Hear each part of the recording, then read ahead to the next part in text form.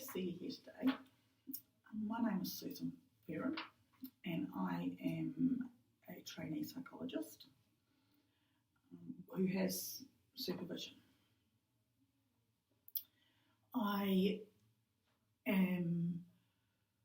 I work from the point of view that emotions, behaviour and feelings are all interrelated and they all influence each other. So one of the things we can work on as you share your story with me is any thoughts and behaviours that you maybe feel are not working so well for you or are not causing you to not function very well. We can look at what could be changed with those, how we might change them. We could look at maybe putting some other thoughts and behaviours in there as well, which will slowly help you get rid of some of the ones you want to get rid of. But you're in control of all of that, and it's all done collaboratively. And we work on what you want to work on. I also work from the point of view that this is a respectful, warm environment where you should feel comfortable and in control of what you're sharing and what is happening within this space. Confidentiality is really important, and your privacy is right up there as one of the main things that needs to happen. And in order for that to happen, any notes I take, you're allowed to read or have a copy of, but they are also kept really securely. So as nobody who shouldn't have access has access. And the only people who should have access are my supervisor and myself. Anything you say in here is confidential.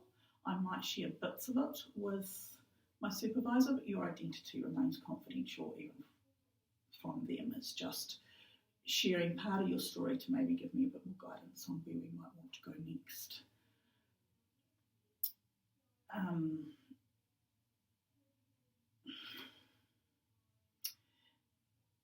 The only times that confidentiality might be broken is if I think that your safety or the safety of others is at risk. And that safety of others might not be at risk from you, it might be at risk from other people, and you might disclose something to me that I feel needs to be acted to keep someone around you safe. And that is one of my top priorities, is to keep you safe as well. I'm here for you, and that includes your safety and your well-being.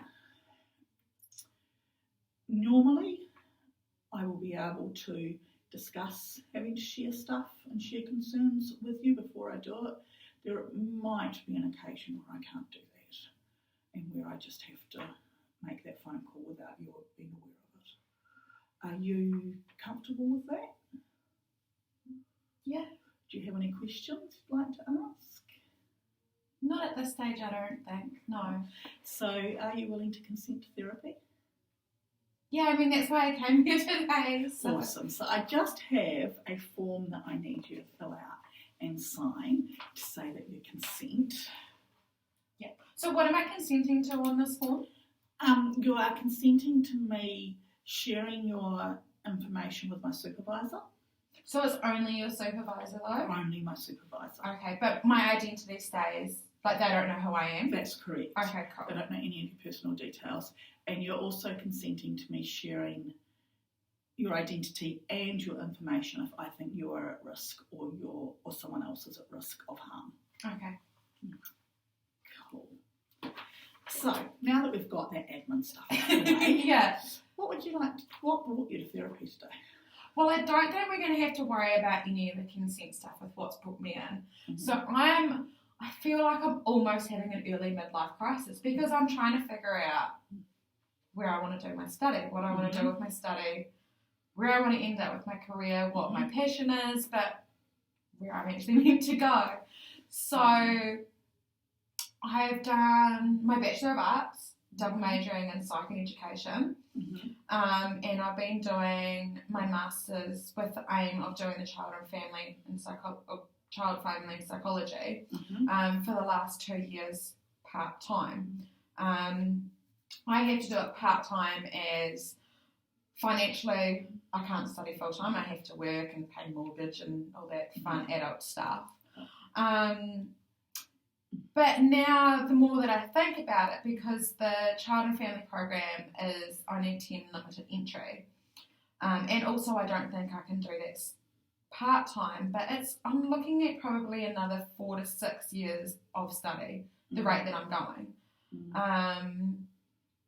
And I'm just wondering, even if I keep on doing the study, the chances of me actually getting into the Child and Family Program, is it worth it? Is it really where I want to be? Is my passion elsewhere? So I think I'm just at a bit of a crossroads, but then I don't want to make the last 2 years of my part-time study be a waste of time either. So I'm hearing that you're at a bit of a crossroads in terms of where you want to go as a career and with your study, and whether your current pathway with child and family psychology is really the best use of your time and your resources. Yeah. Or whether there's something else that you would find fitted you better. Yeah, and I think it's a thing as well, is like, I mean, it comes down to financially doing, what's right.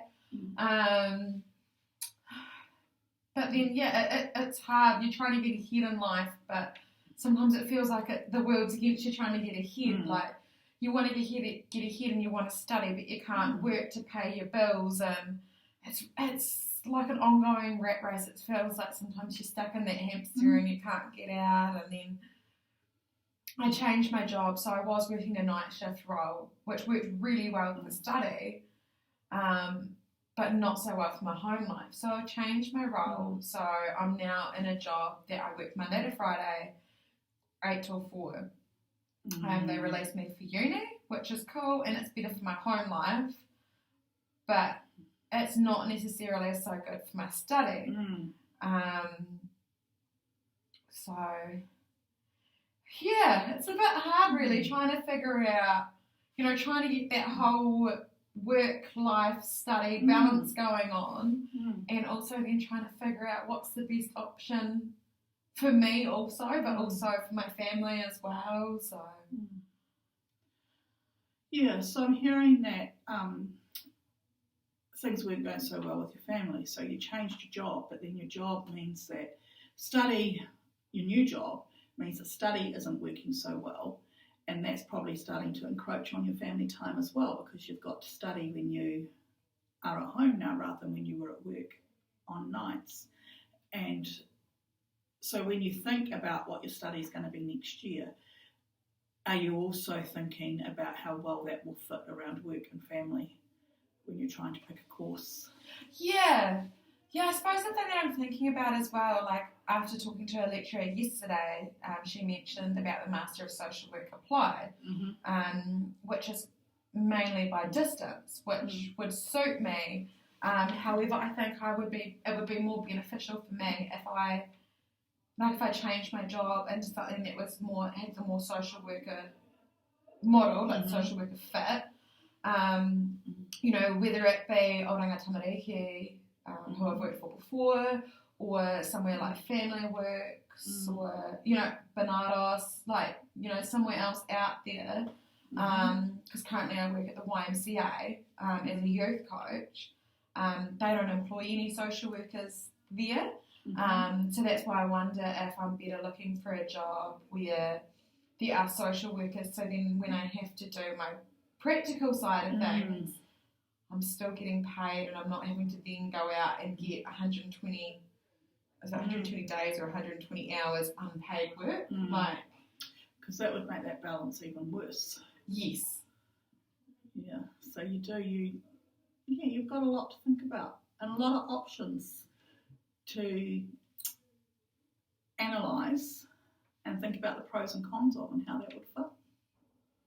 So is that kind of what you, so coming to the end of our time together, is that kind of what you would like to do in sessions going forward, to think about the pros and cons and how things are working together for your goals for the future?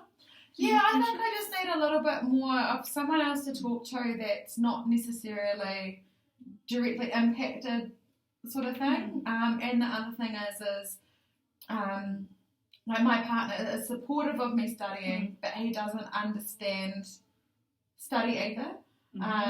Like he's all supportive of me doing in whatever I wish, but he doesn't understand the context of it or the expectations of study.